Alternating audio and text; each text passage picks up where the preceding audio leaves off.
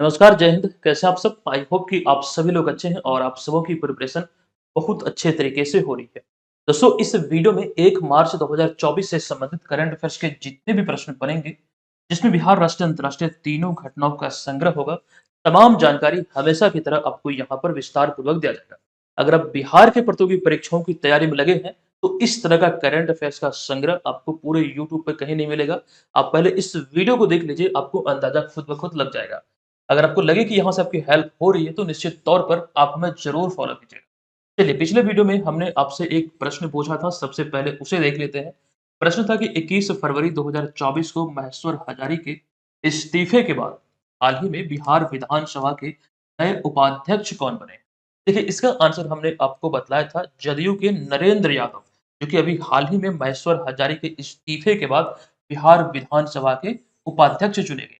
जबकि वहीं पर अध्यक्ष को लेकर भी हमने जानकारी दिया था कि भाजपा के नंदकिशोर यादव बिहार विधानसभा के नए अध्यक्ष बने। 3 फरवरी 2024 को नई मंत्रिमंडल का विस्तार हुआ था। ये चीजें हमने आपको बतलाया भी था। उसके बाद ये दोनों पद में ये नई नियुक्ति हुई है, नरेंद्र यादव और नंदकिशोर यादव की क्रमशः उपाध्यक्ष और अध्यक्ष के रूप में। तो कोशिश कीजिए कि जो भी प्रश्न आप लोगों से पूछे जाते हैं, आप लोग उसे कमेंट बॉक्स में लिखें और संभवतः आपको जितना याद है, आप उसे याद कर करके अवश्य लिखें। लिखने से फ़ायदा ये होता है कि चीज़ों को आप लंबे समय तक याद रखने में सक्षम हो पाते हैं। चलिए, अब यहाँ पर हम आ चुके हैं आज के इस वीडियो के पहले प्रश्न।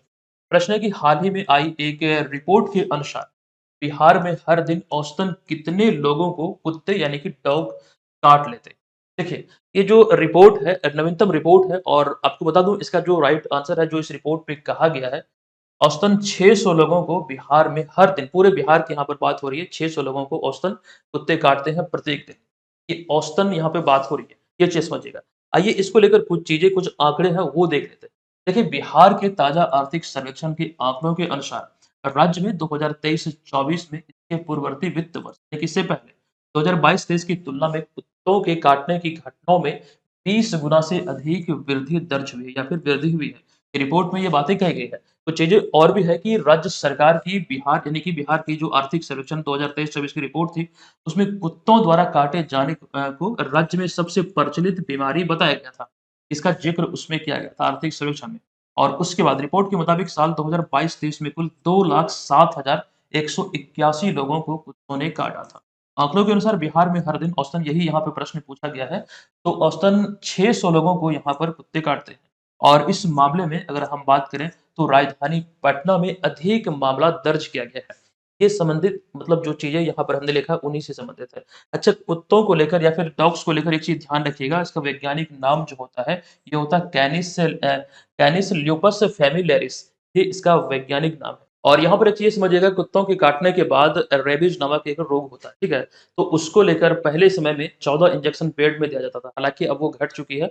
ये ध्यान रखिएगा, आप सबको ये बातें हालाँकि मालूम भी होगी। फिलहाल उतना इम्पोर्टेंट तो नहीं है, लेकिन फिर भी जानकारी पर्पज़ से ये ध्यान रखिएगा, कुछ आंकड़े यहाँ पर हैं, एग्ज़ाम में पूछे जा सकते हैं।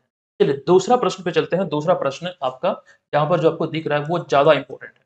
ये प्रश्न है कि हाल ही में प्रधानमंत्री मोदी यानी कि नरेंद्र मोदी ने अमृत भारत स्टेशन योजना के तहत देश भर में 554 रेलवे स्टेशनों और 1500 रोड ओवर ब्रिज और अंडरपास का शिलान्यास और उद्घाटन किया है। अब आगे लिखा गया कि इसमें बिहार के कितने रेलवे स्टेशन शामिल हैं? देखिए, ये चीज़ें यहाँ पर प्रश्न के रूप में पूछा गया, अति महत्वपूर्ण प्रश्न है। इसका करेक्ट जो आंसर ये है विकल्प नंबर ए, यानी कि बिहार के इसमें रेलवे स्टेशन शामिल है। आइए इसको डिटेल में समझ लेते हैं कि हाल ही में प्रधानमंत्री नरेंद्र मोदी ने अमृत भारत स्टेशन योजना के तहत देश भर में 41,000 करोड़ रुपए की लागत से 554 रेलवे स्टेशनों और साथ ही साथ 1500 रोड ओवर ब्रिज और अंडरपास का शिलान्यास और उद्घाटन किया है। और इसमें अगर हम बात करें बिहार के संदर्भ में, जो आपसे एग्जाम में पूछे जा सकते हैं कि बिहार के 33 रेलवे स्टेशन व 68 रोड ओवर ब्रिज और अंडरपास इसमें शामिल है। इसके तहत जो अभी हाल ही में मुख्यमंत्री नहीं बल्कि नरेंद्र मोदी प्रधानमंत्री के द्वारा अभी हाल ही में इसका शिलान्यास और उद्घाटन किया गया।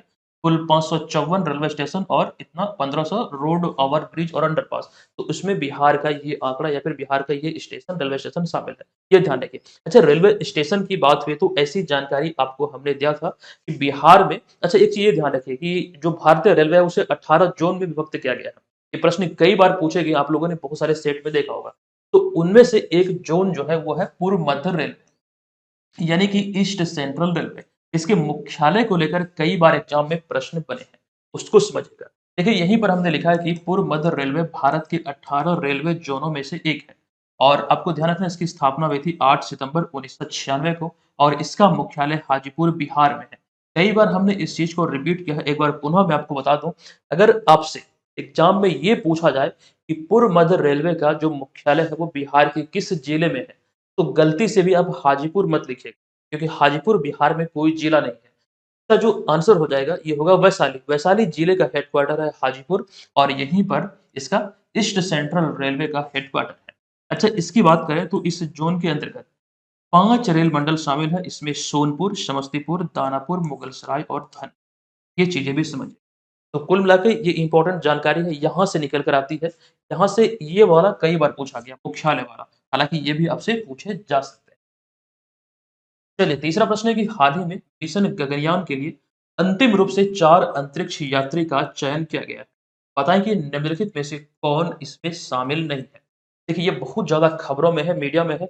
इसमें जो एक्चुअली प्रश्न पूछा गया है कि गगनयान मिशन जो भारत का पहला मानव युक्त मिशन है, मानव मिशन एक प्रकार से कह सकते हैं। गगनयान मिशन है ये पहला, मतलब ये कह सकते हैं, ये पहला चरण है, ऐसे बोल सकते हैं। तो इसमें जो अंतिम रूप से 4 अंतरिक्ष यात्री का चयन किया गया, उनमें जो है शामिल वो प्रशांत बालकृष्णन नायर और अजीत कृष्णन और अंगद प्रताप साथ-साथ शुभांशु शुक्ला, ये चारों नाम इसमें शामिल हैं।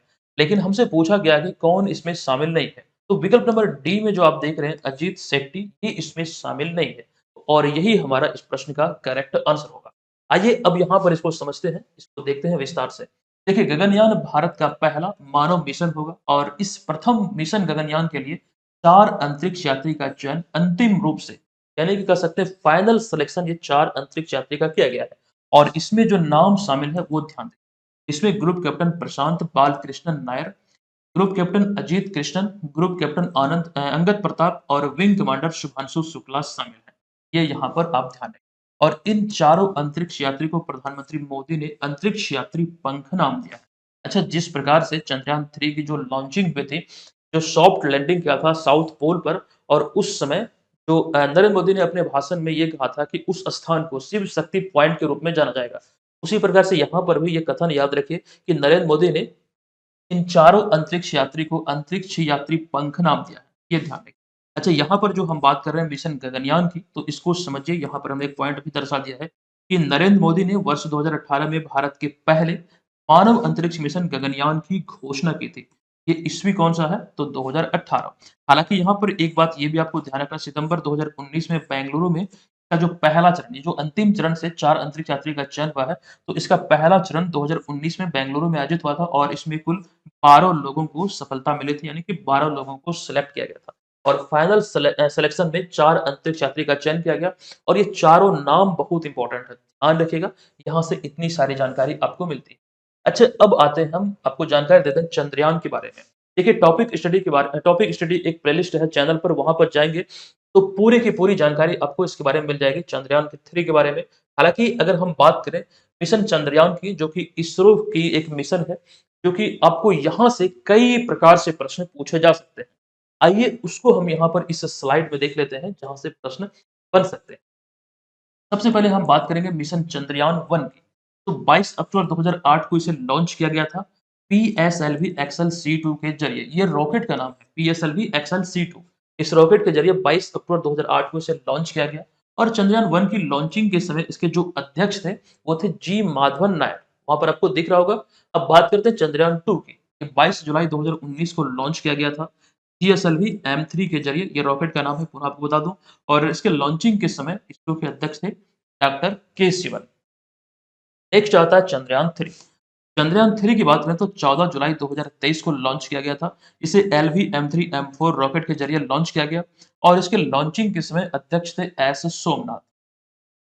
हालाँकि चंद्रयान 3 को लेकर एक बात ये भी ध्यान आप लोग रखिएगा कि इसके जो प्रोजेक्ट डायरेक्टर थे वो थे पी वीरामुथुवेल। साथ ही साथ जो हम यहाँ पर बात कर रहे हैं इन तीनों मतलब अध्यक्ष के बारे में, जो इसरो के चीफ हैं, इन तीनों के बारे में, ये कई बार आपके एग्जाम में यहाँ से पूछे जा सकते हैं। अच्छा यहाँ पर आप एक डेट देख रहे हैं 14 जुलाई 2023। ये वही तिथि है जब प्रेमचंद रंगशाला में किन्नर महोत्सव का आयोजन हुआ था। ये चीज़ आप समझिएगा। अच्छा, अब हम चंद्रयान 3 के बारे में थोड़ी विस्तार में बात कर लेते हैं। हमने पहले भी आपको बताया था। देखिए, चंद्रयान 3 की जो लॉन्चिंग हुई थी वो 14 जुलाई 2023 को हुई थी। लेकिन चंद्रमा की सतह पर सॉफ्ट लैंडिंग कब किया था? वो 23 अगस्त 2023 को किया था। और इस प्रकार से अपना देश जो है वो चौथा देश बना था। सॉफ्ट लैंडिंग करने वाला दुनिया का चौथा देश बना था भारत। अच्छा, भारत से पहले अमेरिका, चाइना और पूर्व सोवियत संघ ये ऑलरेडी चंद्रमा की सतह पर लैंडिंग कर चुके हैं। लेकिन इनमें भी एक कंडीशन है कि चंद्रमा की सतह पर दक्षिणी ध्रुव पर यानी कि साउथ पोल पर पहुंचने वाला भारत दुनिया का पहला और एकमात्र देश है। ये आपको याद रखना है। अच्छा, रूस का जो लूना 25 था, एक चंद्र चंद्र मिशन था, क्योंकि दक्षिणी ध्रुव पर ही जा रहा था, साउथ पोल पर ही जा रहा था, लेकिन वो असफल हो गया, वो क्रैश कर गया। तो इस प्रकार से भारत ये पहला देश है। हालांकि इसमें कुछ चीजें अपडेट हुई है कि भारत चंद्रमा पर पहुंचने वाला चौथा देश है। तो पांचवा देश बन गया है जापान। यहाँ पर सूची में आप लोग ऐड कर लीजिएगा, पांचवा देश है जापान। अब यहाँ पर देखिए उसी चीज को हमने लिखा है कि भारत चंद्रमा के दक्षिणी ध्रुव पर पहुंचने वाला दुनिया का पहला देश बन गया। अच्छा, अगर हम बात करें यहाँ पर सौरमंडल का जो मुखिया है सूर्य है, इसके अध्ययन के लिए 2 सितंबर 2023 को आदित्य L1 मिशन भी लॉन्च किया गया। तो ये चीजें समझिएगा। अच्छा, चंद्रयान जो मिशन है इसरो की, तो इसमें आपको ध्यान रखना लैंडर और रोवर का नाम उसी प्रकार से पहले के मतलब पहले जैसा था चंद्रयान 1 और 2 में। इसका जो लैंडर का नाम है विक्रम और रोवर का नाम है प्रज्ञान। तो ये चीजें समझिएगा। तमाम जानकारी यहाँ पर लिखी गई है, आप लोग ध्यान रखिए, ये बहुत इंपॉर्टेंट है, पूछे जा सकते हैं। अच्छा, प्रमुख देशों की जो सरकारी अंतरिक्ष एजेंसी है, तो वो सभी भी बहुत इंपॉर्टेंट होते हैं। जैसे कि इसरो जो है, ये भारत की अंतरिक्ष एजेंसी है। आप यहाँ पर देख सकते हैं भारतीय अंतरिक्ष एजेंसी इसरो। इसकी स्थापना हुई थी 15 अगस्त 1969 को। इसके बाद जापानी अंतरिक्ष एजेंसी का नाम है जाक्सा, रूसी अंतरिक्ष एजेंसी का नाम है रोसकॉस्मोस, अमेरिकी अंतरिक्ष एजेंसी का नाम है नासा। और उसके अतिरिक्त पाकिस्तान जो अपना पड़ोसी देश है पाकिस्तान, पाकिस्तान की अंतरिक्ष एजेंसी का नाम है सुपार्को, चाइना की अंतरिक्ष एजेंसी का नाम है CNSA। इस प्रकार से भी आप लोग ध्यान रखें। अच्छा, एक चीज और, इसरो की हम बात कर रहे हैं तो आपको मालूम होगा कि ये व्योममित्र अभी हाल ही में खबरों का विषय रहा था। ये जो आप यहाँ पर तस्वीर में देख रहे हैं, ये व्योममित्र है और ये आपको ध्यान रखना है कि महिला रोबोट अंतरिक्ष यात्री है। जो मिशन मानव मिशन जो है इसरो का, उससे पहले मतलब कर सकते हैं प्री तैयारी है, ये भेजा जाएगा अंतरिक्ष में। तो इसी को लेकर अभी हाल ही में ये डिजाइन किया गया था, जिसके कारण ये खबरों में आया था। आप यहाँ पर अगर आपको दिख रहा है तो इसरो का जो कर सकते हैं लोगो है, आपको यहाँ पर दिख रहा होगा। तो इसका नाम है व्योममित्र, ये महिला रोबोट अंतरिक्ष यात्री है। ठीक है? अगर बात करें भारत की पहली महिला रोबोट अंतरिक्ष यात्री की संज्ञा इसे दिया जा सकता है। अच्छा, इस प्रकार के रोबोट के बारे में हमने कई बार आपको बताया है। रिसेंटली 2 रोबोट बहुत ज़्यादा खबरों में रहा। एक है एआई रोबोट और एक है ह्यूमनॉइड रोबोट। एआई रोबोट में बात करें मीका की, तो आपको ध्यान रखना है कि कोलंबिया की एक कंपनी डिक्टेटर ने अपने सीईओ को पद से हटाकर ये एआई रोबोट मीका को अपना सीईओ बनाया है। ये चीज़ ध्यान रखिएगा कि इस वजह से खबरों में आया था। आप यहाँ पर मीका को तस्वीर में देख सकते हैं। दूसरा जो रोबोट है ये है सोफिया, जो कि एक ह्यूमनॉइड रोबोट है। आप यहाँ पर देख सकते हैं। और आपको बता दूं कि हांगकांग की जो हैंसन रोबोटिक्स है, ये ह्यूमनॉइड रोबोट सोफिया को इसी ने बनाया है। और अक्टूबर 2017 में सोफिया को सऊदी अरब की नागरिकता प्रदान की गई थी, जिस वजह से ये बहुत ज़्यादा खबरों में आया था। ये ध्यान रखिए। और सोफिया जो ह्यूमनॉइड रोबोट है, जो साड़ी में आप देख रहे हैं, दरअसल कोलकाता, पश्चिम बंगाल में एक फंक्शन था, एक समारोह था, वहाँ पर ये संबोधित कर रही है। वहीं की ये तस्वीर है। हाँ, आगे बढ़ते हैं, कुछ जानकारी आप सबको दे दूँ, खास करके वैसे छात्रों को जो घर बैठे रहकर बीपीएससी एग्ज़ाम की प्रिपरेशन में लगे हैं। देखिए, हमारे जितने भी तमाम मटेरियल हो, चाहे उसमें से सिलेबस आधारित नोट्स हो, संपूर्ण बिहार जीके का नोट्स हो, करंट अफेयर्स का पूरा पैकेज हो, टेस्ट सीरीज हो। अच्छा, टेस्ट सीरीज की जो बात आती है, तो इसकी संख्या हम आपको दे रहे हैं 130। इसमें आपका 40 जो है ये फुल लेंथ टेस्ट है आपके 70वें बीपीएससी एग्ज़ाम के लिए। और उसके बाद 90 आपका होगा सेक्शनल टेस्ट, 90 प्लस। इसमें सारे सब्जेक्ट के टेस्ट आपको मिलेंगे, ये ध्यान रखिए। प्रीवियस ईयर पेपर आदि इसमें इंक्लूडेड है। ये तमाम चीज़ें पीडीएफ फॉर्म में आपको मिलेंगे, ध्यान रखिएगा। और ये आपको बता दूँ कि यही वाला कोर्स है एप्लीकेशन पे, जो आपको लेना है, परचेज़ करना है। और परचेज़ करते समय ये बीपीएससी 70 एक प्रोमो कोड है, जो आपको यहाँ पर दिख रहा है। तो इसको अप्लाई करके महज़ ₹399 में 1 साल के लिए आप प्राप्त कर सकते हैं। देखिए, यहाँ पर कई लोगों का शिकायत ये होता है कि सर जो टेस्ट सीरीज़ मतलब संचालित हो चुके हैं, क्या वो हमें मिलेंगे या फिर नहीं? तो इसमें फ़ायदा आपको ये है कि पुराना आपको सारा मटेरियल मिल जाएगा। जैसे मान लीजिए हम करंट अफेयर्स की ही बात करें, तो 2023 का आपको सारा का सारा पिछला 1 वर्ष का आपको पूरा यूँ ही मिल जाएगा जब आप इसे जॉइन करेंगे। और जिस तिथि को आप जॉइन करेंगे, तब से अगले 1 वर्ष तक ये आपका वैलिड रहेगा। चाहे कोई भी मटेरियल हो जो आपका पीछे छूट चुका है, वो तमाम चीज़ें आपको मिल जाएगा। तो बीपीएससी 70 एक प्रोमो कोड है, इसे अप्लाई कीजिएगा कोर्स में, वहीं पर आपको ये चीज़ें मिल जाएँगी। रिसेंटली 2 पीडीएफ जो लॉन्च हुआ था बिहार स्पेशल करंट अफेयर्स का, एक वर्चकांक फॉर्म में था, वन लाइनर फॉर्मेट में, क्योंकि आपको ध्यान रखना पूरे वर्ष के बिहार स्पेशल करंट अफेयर्स का हमने संग्रह किया था, जो आपको यहाँ पर बैनर में दिख रहा है, ये भी आपको उसी कोर्स में मिल जाएगा। इसके अतिरिक्त एक और पीडीएफ था, वार्षिकांक था ये भी, जिसमें बिहार, राष्ट्रीय, अंतर्राष्ट्रीय तीनों घटनाओं का संग्रह था। ये भी पीडीएफ जिसमें कि विस्तृत तौर पर पूरे 2023 के सारे क्लास का संग्रह इसमें मिलेगा आपको। तमाम पीडीएफ इसमें मंथली वाइज़ हमने अरेंज कर दिया है, वो भी आप प्राप्त कर सकते हैं उसी कोर्स में। तो यहाँ पर मैं आपको जानकारी दे रहा हूँ, एक कोर्स में आपको मिल जाएगा। तो आप लोग कोर्स एप्लीकेशन से ले सकते हैं। चलिए चौथा प्रश्न है कि निम्नलिखित में से कौन हाल ही में पाकिस्तान के पंजाब प्रांत की पहली महिला मुख्यमंत्री बनी? देखिए जो विकल्प दिए गए हैं, मरियम नवाज विकल्प नंबर ए में, इसका ये करेक्ट आंसर हो जाएगा। आइए इसको लेकर चीज़ों को देखते हैं, जहाँ से एग्ज़ाम में प्रश्न पूछे जाने की संभावना बनती है। सबसे पहले तो ये ध्यान रखिए कि हाल ही में मरियम नवाज़ पाकिस्तान के पंजाब प्रांत की पहली महिला मुख्यमंत्री बनने का गौरव प्राप्त हुआ है। ठीक है? जिस प्रकार से भारत में भी पंजाब प्रांत है, उसी प्रकार से पाकिस्तान में भी है, ये ध्यान रखें। मरियम नवाज़ की बात करें तो नवाज़ शरीफ की पुत्री हैं और शहबाज शरीफ की भतीजी हैं। यानी कि मरियम नवाज़ के अंकल हैं शहबाज शरीफ। अच्छा, पाकिस्तान को लेकर कुछ जानकारी मैं आपको दे दूँ। दरअसल कुछ चीज़ें यहाँ से पहले भी रिपीट हुए हैं एग्ज़ाम में। आप इन सारे पॉइंट को देखिए, आपको अंदाज़ा लगेगा कि ये कितना इम्पोर्टेंट है। सबसे पहला पॉइंट बात करते हैं, पाकिस्तान शब्द का जन्म कैसे हुआ? इसका जनक किसे कहा जाता है? आप लोग जानते हैं थोड़ा बहुत, लेकिन इसको डिटेल में समझते हैं। पाकिस्तान शब्द का जो जन्म है, ये सन 1933 में कैम्ब्रिज विश्वविद्यालय के एक छात्र चौधरी रहमत अली के द्वारा पाकिस्तान के रूप में हुआ। आप यहाँ पर इसको देखिए, पाकिस्तान, इस तरह से इसका नामकरण, मतलब ये नाम का प्रयोग पहली बार किया गया था, पाकिस्तान। तो इसी से पाकिस्तान बना है। आई होप कि आपको यहाँ पर क्लियर दिख रहा होगा, इसको समझिएगा।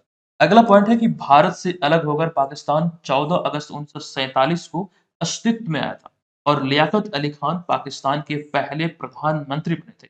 नेक्स्ट पॉइंट है कि पाकिस्तान को, अच्छा यहाँ पर पहले हम ये चीज़ और देख लेते हैं। पाकिस्तान के प्रधानमंत्री की बात हुई है, तो पाकिस्तान 14 अगस्त 1947 को आज़ाद हुआ और अब तक पाकिस्तान में जितने भी प्रधानमंत्री बने हैं, उन्होंने, मतलब किसी भी प्रधानमंत्री ने 5 वर्ष का जो कार्यकाल होता है, वो पूरा नहीं, ये एक रिकॉर्ड है पाकिस्तान का, ये ध्यान रखिएगा। ये एक प्रकार से दर्शाता है कि वहाँ की जो राजनीतिक व्यवस्था है, वो किस प्रकार से, मतलब दुर्लभ है। तो ये चीज़ भी यहाँ पर आपको ध्यान रखना है कि किसी भी प्रधानमंत्री ने अपना कार्यकाल पूरा नहीं किया।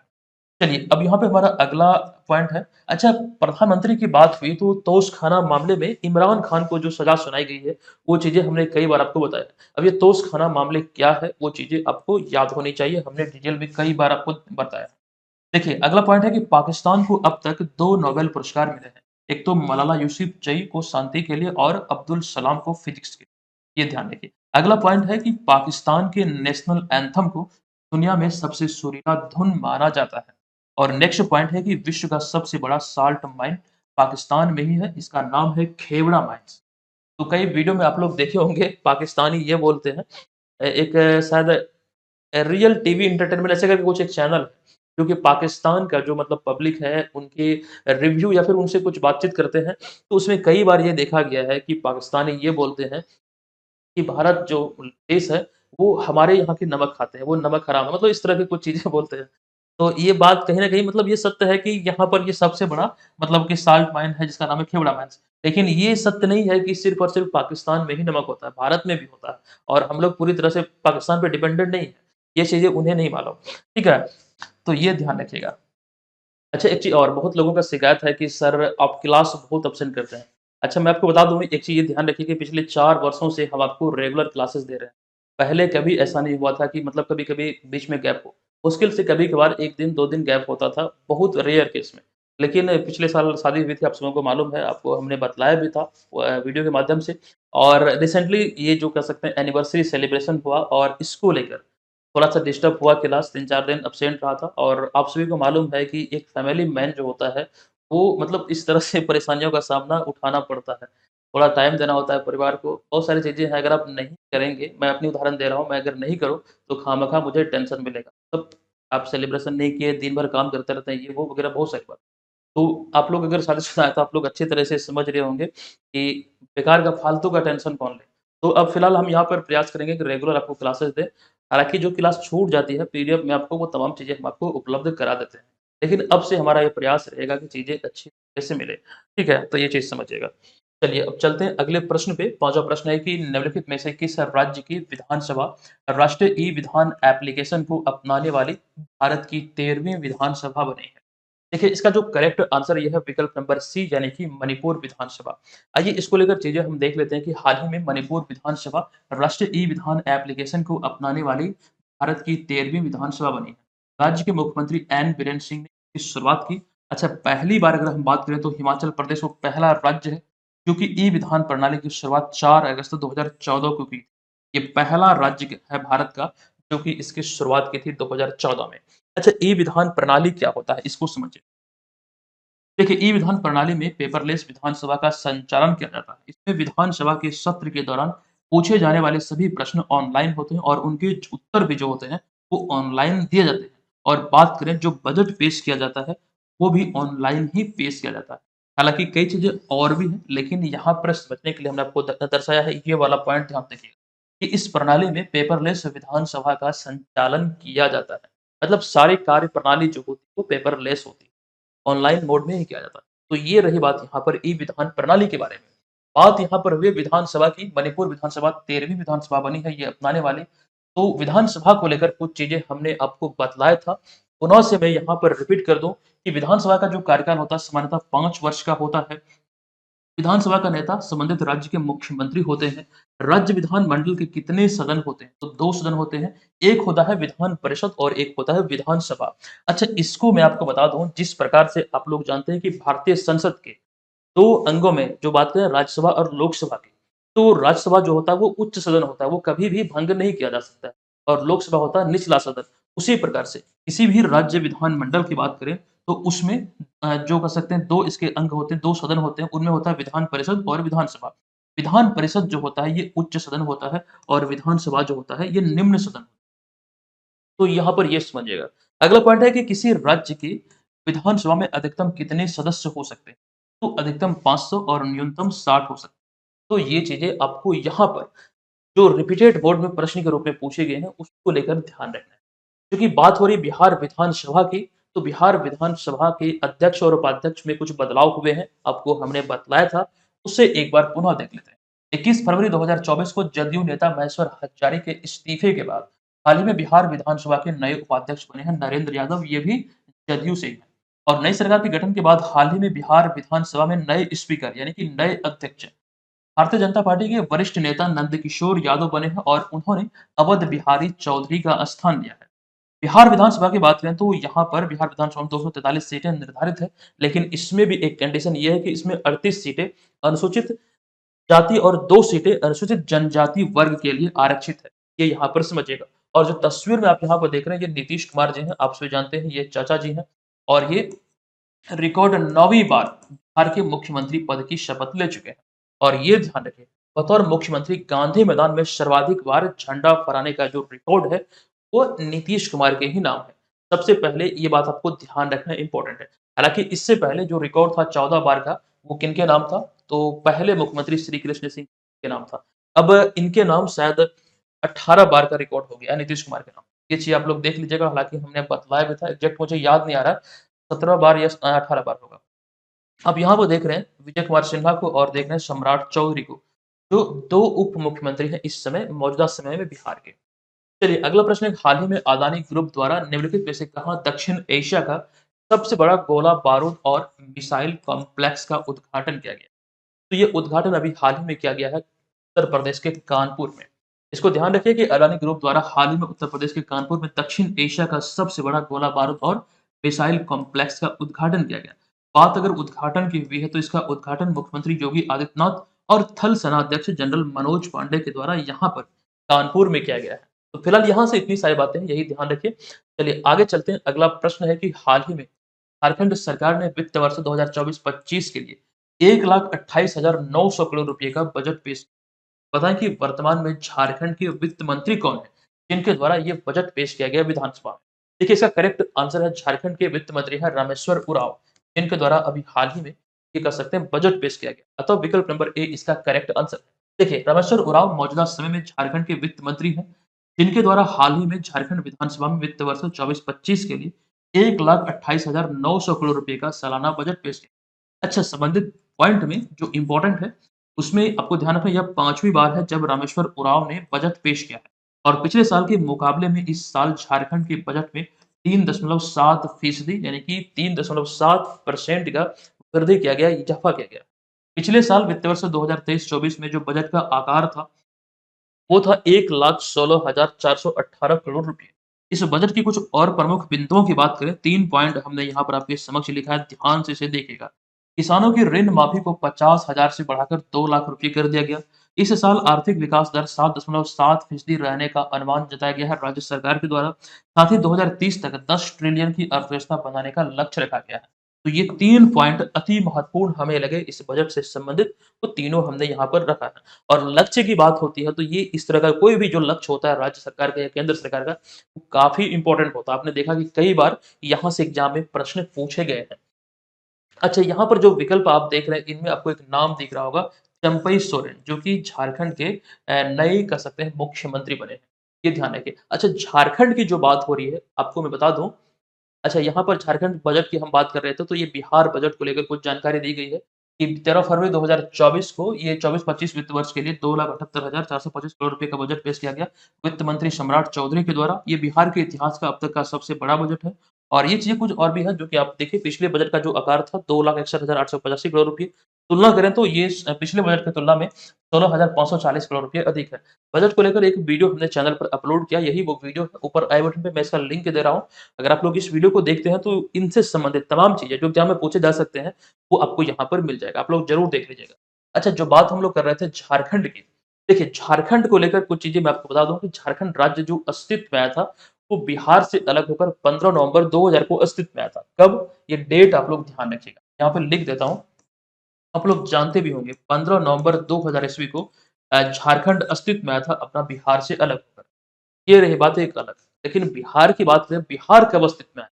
तो वो डेट है 22 मार्च 1912। यहाँ पर दिख रहा होगा, हाँ।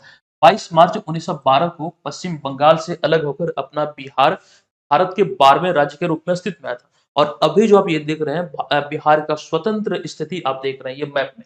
और यहाँ पर आपको मैं बता दूं कि ये उत्तर में बिहार की चौथी की बात करें तो उत्तर में नेपाल, दक्षिण में झारखंड, पूर्व में पश्चिम बंगाल और पश्चिम में उत्तर प्रदेश। ये चीजें यहाँ पर समझिएगा। और साथ ही साथ 2023 में जो बिहार दिवस मनाया गया, ये 111वां बिहार दिवस था। इसका थीम था युवा शक्ति बिहार की प्रगति। 2022 में जो 110वां स्थापना दिवस मनाया गया था, उसका थीम था जल जीवन हरियाली। और जो हम बात कर रहे थे 2023 वाला, जो 111वां स्थापना दिवस था, जो 2023 में सेलिब्रेट किया गया, जिसमें युवा शक्ति बिहार की प्रगति इसका थीम था। तो इसमें एक चीज़ ध्यान दिए होंगे, जो 7 निश्चय पार्ट 2 के बारे में मैंने आपको बताया है। हालाँकि 7 निश्चय पार्ट 2 की बात करें तो 2020 से ये संचालित है। 2015 से 2020 तक पार्ट 1 संचालित हुआ था और 2020 से अभी संचालित हो रहा है पार्ट 2। और इसी पार्ट 2 में 7 निश्चय पार्ट 2 की बात करें तो इसी में युवा शक्ति बिहार की प्रगति निहित है और वही चीज़ें 111वां बिहार दिवस का ये निर्धारित थीम था। वहीं से इसे लिया गया था। तो ये चीज़ें यहाँ पर आपको ध्यान रखना है। बिहार के मैप की बात करें तो एक प्रश्न पूछा गया रिसेंटली आपके बीपीएससी एग्जाम में कि राजधानी पटना कितने जिलों के साथ अपनी सीमा को साझा करता है? तो कुल मिला के 9 जिले हैं जो कि साझा करता है अपनी सीमा को। मतलब पटना अन्य 9 जिलों के साथ अपनी सीमा को साझा करता है। बक्सर में एक स्थान है चौहा, जहाँ से गंगा नदी बिहार के क्षेत्र में प्रवेश करती है। कटिहार में एक स्थान है मनिहारी, बिहार के क्षेत्र को गंगा नदी वहाँ पर छोड़ देती है। बक्सर में ही एक स्थान है डुमरांव, जहाँ पर महान शहनाई वादक उस्ताद बिस्मिल्लाह खां का जन्म हुआ और बिहार के एकमात्र शख्स हैं जो कि भारत के 4 सर्वोच्च सम्मान भारत रत्न, पद्म भूषण या फिर कह सकते हैं पद्म भूषण और पद्मश्री, जो क्रम से हमने बताया आपको। तो चारों सम्मान इन्होंने अपने नाम किया। पहले शख्स हैं कौन? तो शहनाई वादक उस्ताद बिस्मिल्लाह खां। और बिहार के बारे में बेसिक से फैक्ट यहाँ पर आपको दिख रहा है, आप लोग ध्यान दीजिएगा, तो आप लोग रट लीजिएगा। हालाँकि ये चीज़ आपको याद ही हो। ठीक है, इसमें कुछ चीज़ें अपडेट हुई हैं, जैसे कि अगर हम बात करें राज्यपाल की, तो राज्यपाल हैं वर्तमान में राजेंद्र विश्वनाथ अर्लेकर, ये गोवा के हैं। ये ध्यान रखिएगा, अगर हम बात करें आज़ादी के बाद से, तो क्रम में 41वें राज्यपाल हैं। कई जगहों पर आप लोगों को कमेंट देख के कन्फ्यूजन होगा। ध्यान रखिएगा, आज़ादी के बाद से क्रम में ये 41वें राज्यपाल हैं। मुख्यमंत्री नीतीश कुमार की बात करें, तो ये 22वें मुख्यमंत्री। राजकीय पक्षी है गौरैया, अभी हाल ही में 20 मार्च को विश्व गौरैया दिवस मनाया गया था जिसका थीम था आई लव स्पैरो। आप लोग चाहें तो इसका स्क्रीनशॉट ले लीजिए। अगला प्रश्न है कि सर सीवी रमन की रमन इफेक्ट खोज को चिन्हित करते हुए 28 फरवरी को राष्ट्रीय विज्ञान दिवस मनाया जाता है। बताएं कि सीवी रमन को कब भारत रत्न से सम्मानित किया गया। इंपॉर्टेंट है और ये सभी लोग जानते हैं। 1954 में उन्हें सम्मान मिला था। और आपको ध्यान रखना विकल्प नंबर डी यहाँ पर इसका करेक्ट आंसर होगा। अब इसको लेकर चीजें हम आपको विस्तृत तौर पर बताएंगे। आपको याद आ जाएगा ये चीजें हमने रिसेंटली आपको बताया था। फिलहाल कुछ चीजें हैं वो देख लेते हैं। देखिए सर सीवी रमन ने रमन इफेक्ट की खोज की थी 28 फरवरी 1928 को। और इन्हीं स्मृति में या फिर इसी की स्मृति में हर साल 28 फरवरी को राष्ट्रीय विज्ञान दिवस के रूप में मनाया जाता है। और पहला राष्ट्रीय विज्ञान दिवस 1987 में। अब 2024 में इसका जो थीम है ये विकसित भारत के लिए भारतीय स्वदेशी प्रौद्योगिकी, ये थीम निर्धारित की गई है 2024 के लिए। बात करें हम यहाँ पर सीवी रमन यानी कि चंद्रशेखर वेंकट रमन की, तो उनका जन्म हुआ था 7 नवंबर 1888 को तिरुचिरापल्ली तमिलनाडु में। एक स्थान है तमिलनाडु में तिरुचिरापल्ली, यहीं पर उनका जन्म हुआ था। और आपको ध्यान रखना है कि रमन इफेक्ट के लिए उन्हें 1930 में नोबेल पुरस्कार से सम्मानित किया गया। और ये आपके बीपीएससी एग्जाम में पूछा हुआ पॉइंट है। आपको ध्यान आ रहा होगा प्रीवियस वर्षों के प्रश्न पत्र में आपने जरूर कहीं न कहीं से देखा होगा कि 1930 में उन्हें नोबेल पुरस्कार दिया गया था। अब जो हम बात कर रहे थे भारत रत्न के बारे में प्रश्न में, अब उसको देखते हैं। देखिए पहला भारत रत्न 1954 में दिया गया और आपको मालूम होगा हमने जानकारी दिया है कि एक वर्ष 3 भारत रत्न ही दिया जा सकता है। 3 से अधिक देने की प्रथा नहीं है, ये नियम नहीं है। देखिए यहाँ पर समझिए, पहला भारत रत्न 1954 में स्वतंत्र भारत के पहले गवर्नर जनरल चक्रवर्ती राजगोपालाचारी, पूर्व राष्ट्रपति डॉक्टर सर्वपल्ली राधाकृष्णन और महान वैज्ञानिक डॉक्टर चंद्रशेखर वेंकट रमन को दिया गया था। ये पहली बार था जब भारत में भारत रत्न की शुरुआत हुई थी और ये 3 महान हस्ती को भारत रत्न दिया गया था।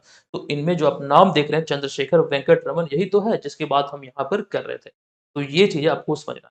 अच्छा, अभी जो कर्पूरी ठाकुर और साथ-साथ और लाल कृष्ण आडवाणी, इसके अतिरिक्त 3 और नाम की घोषणा हुई है।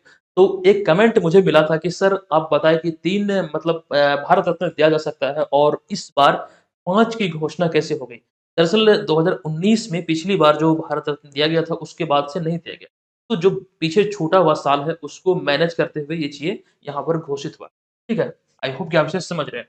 अगला प्रश्न है कि हाल ही में 26 से 28 फरवरी 2024 तक बायो एशिया शिखर सम्मेलन का 21वां संस्करण कहाँ आयोजित किया गया? तो राइट आंसर है ये हैदराबाद में आयोजित हुआ। विकल्प नंबर बी।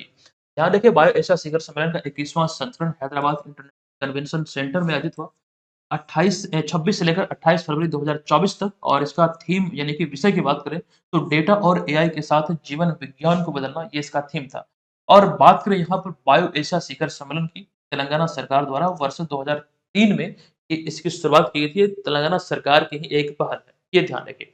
चलिए आगे है 10वां प्रश्न की राष्ट्रपति द्रौपदी मुर्मू द्वारा निम्नलिखित में से किन्हें भारत का नया लोकपाल नियुक्त किया गया?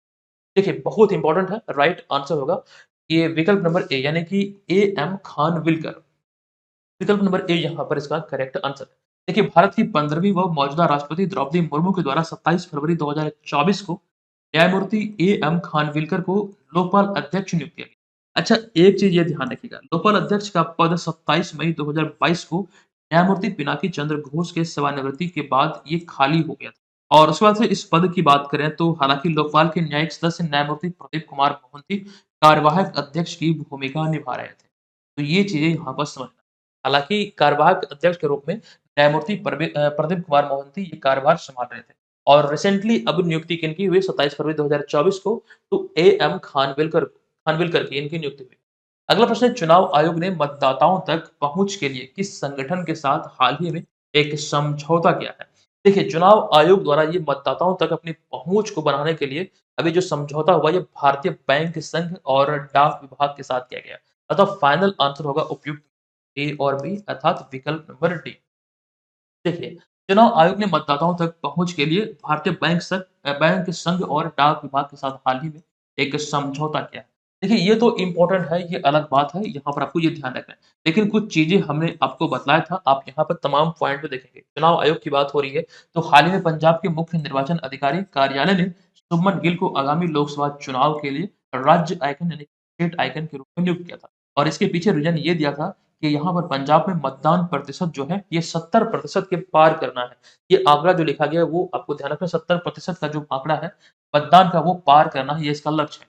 इसके अतिरिक्त आपको जानकारी ये भी दिया गया था कि आगामी लोकसभा चुनाव के लिए लोगों को प्रोत्साहित करने के लिए सचिन तेंदुलकर को भारतीय चुनाव आयोग ने अगस्त 2023 में अपना नेशनल आइकन बनाया था। हालाँकि ये ज़िम्मेदारी 2022 में पंकज त्रिपाठी के पास थी, लेकिन रिसेंटली अगस्त 2023 में ये सौंप दी गई किन्हें? तो सचिन तेंदुलकर को। एक और जानकारी हमने आपको दिया था कि जनवरी 2023 में चुनाव आयोग ने लोक गायिका मैथिली ठाकुर को बिहार का स्टेट आइकन बनाया था, यानी कि राज्य आइकन बनाया था। और उसके बाद अप्रैल 2023 में जो मोनिका दास है ट्रांसजेंडर इनको मतलब इन्हें भी खास करके चुनाव में ट्रांसजेंडर की सहभागिता को बढ़ाने के लिए ट्रांसजेंडर मोनिका दास को राज्य आइकन के रूप में चिन्हित किया गया अप्रैल 2023 में। मोनिका दास पटना में कंकड़बाग में एक बैंकर है और आपको ध्यान रखना ये नाम आपसे पूछ। अगला प्रश्न है कि भारतीय सौर ऊर्जा निगम ने कहां पर भारत की सबसे बड़ी सौर बैटरी ऊर्जा भंडारण प्रणाली चालू की है? तो करेक्ट आंसर होगा विकल्प नंबर सी, यानी कि राज राजनांदगांव छत्तीसगढ़। ये इसका करेक्ट आंसर होगा। ये ध्यान रखेंगे भारतीय सौर ऊर्जा निगम द्वारा छत्तीसगढ़ के राजनांदगांव में भारत की सबसे बड़ी सौर बैटरी परियोजना का अनावरण किया गया है। कहाँ पर? ये कहाँ पर है? तो छत्तीसगढ़ में है। तो दोस्तों आज की इस वीडियो में इतने सारे प्रश्न थे। हमने तमाम चीज़ों के बारे में आपको विस्तृत तौर पर जानकारी देने का प्रयास किया। आई होप कि आपको ये वीडियो पसंद आया होगा। आज के इस वीडियो का टारगेट हम आपको दे रहे हैं 700 लाइक का। अगर आपको लगे कि यहाँ से आपकी हेल्प हुई है या फिर हो सकती है, तो वीडियो को लाइक कीजिएगा और कमेंट करके हमें ज़रूर बताइएगा कि आपको ये वीडियो कैसा लगा। अब चलते हैं आज के इस वीडियो के प्रश्न की ओर।